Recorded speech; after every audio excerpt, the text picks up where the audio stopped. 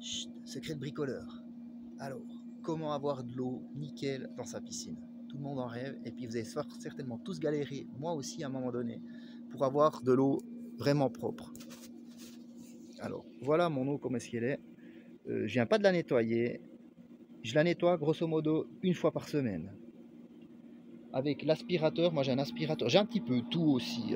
J'ai le robot qui est là, j'ai le robot Intex, j'ai l'aspirateur qui se branche sur la pompe à sable, j'ai aussi un petit aspirateur électrique. Franchement, chaque fois qu'on débâche la piscine, enfin chaque fois que j'enlève la bâche à bulles, passer un petit coup de petite épuisette en surface pour racler tout ce qui est saleté, tout ce qui est moucherons qui sont en surface.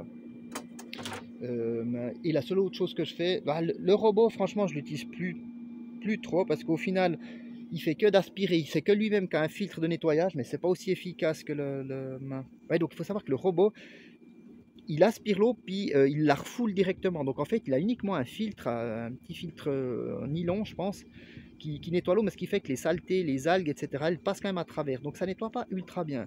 Tandis que l'aspirateur, donc c'est pour moi l'aspirateur, c'est ça. Avec un tuyau, ça se branche voilà, super.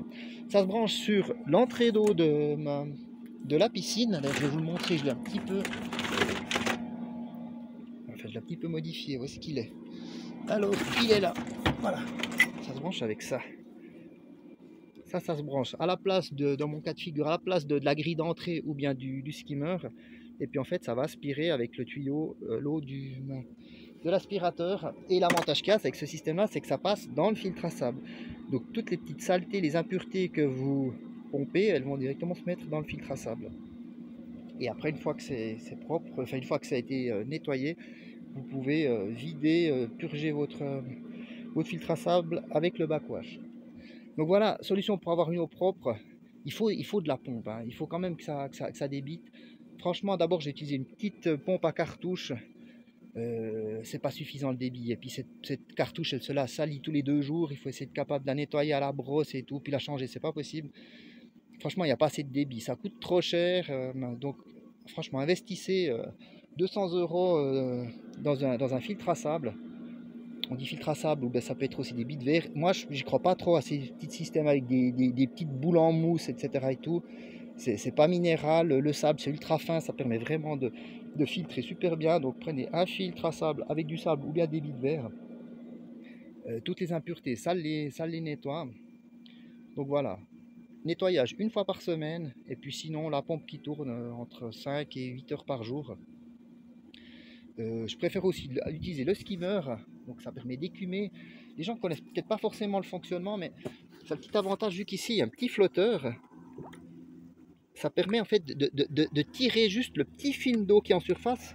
Il faut savoir que c'est un petit peu comme une nappe. Quand on tire l'eau en surface, vu qu'au-dessus de l'eau il y a de l'air, c'est-à-dire que l'eau glisse assez bien, alors que de l'eau qui est plus en profondeur, ben, quand elle avance, elle frotte sur l'eau qui est au-dessus et au-dessous. Donc elle avance pas très vite. Tandis que celle qui est en surface, elle glisse beaucoup plus facilement dans le skimmer. Donc c'est pour ça qu'il y a cette histoire de flotteur, c'est que ça ne pompe pas de l'eau naturellement, ça essaye de tirer un petit peu comme une nappe, ça tire l'eau qui est en surface.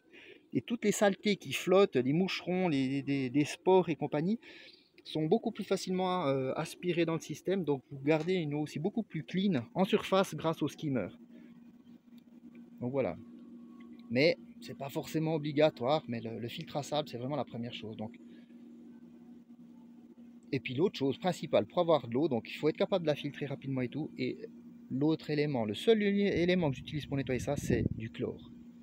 Il faut avoir la bonne quantité de chlore. Il faut pas exagérer. Il faut rester dans les limites de ce qui est indiqué sur les modes d'emploi. Moi, vu que j'ai de l'eau plutôt très chaude, là je suis à 29, mais je monte des fois à 32, 33, c'est clair qu'il faut mettre un peu plus de chlore quand on est à 33 degrés que quand on est à 25, quoi. Mais c'est la seule autre chose que je fais, quoi. Chlore et puis filtration. Vous n'avez pas besoin de tous ces autres produits anti-algues. Moi, j'utilise pas. Il faut avoir le bon pH, oui, mais vous êtes quasi sûr que de l'eau du robinet, le pH il est à peu près correct. Donc, surtout du chlore et de la filtration. C'est les deux mots-clés pour avoir de l'eau clean. Et puis sachez que moi, en été, vu que mon eau est assez chaude, je la bâche même pas, quoi. Donc là, ça fait 2 semaines elle est constamment comme ça, quoi, la piscine. Donc il n'y a pas besoin non plus d'exagérer, mais il faut de la filtration. Et puis vérifier quand même une fois par semaine ce niveau de chlore.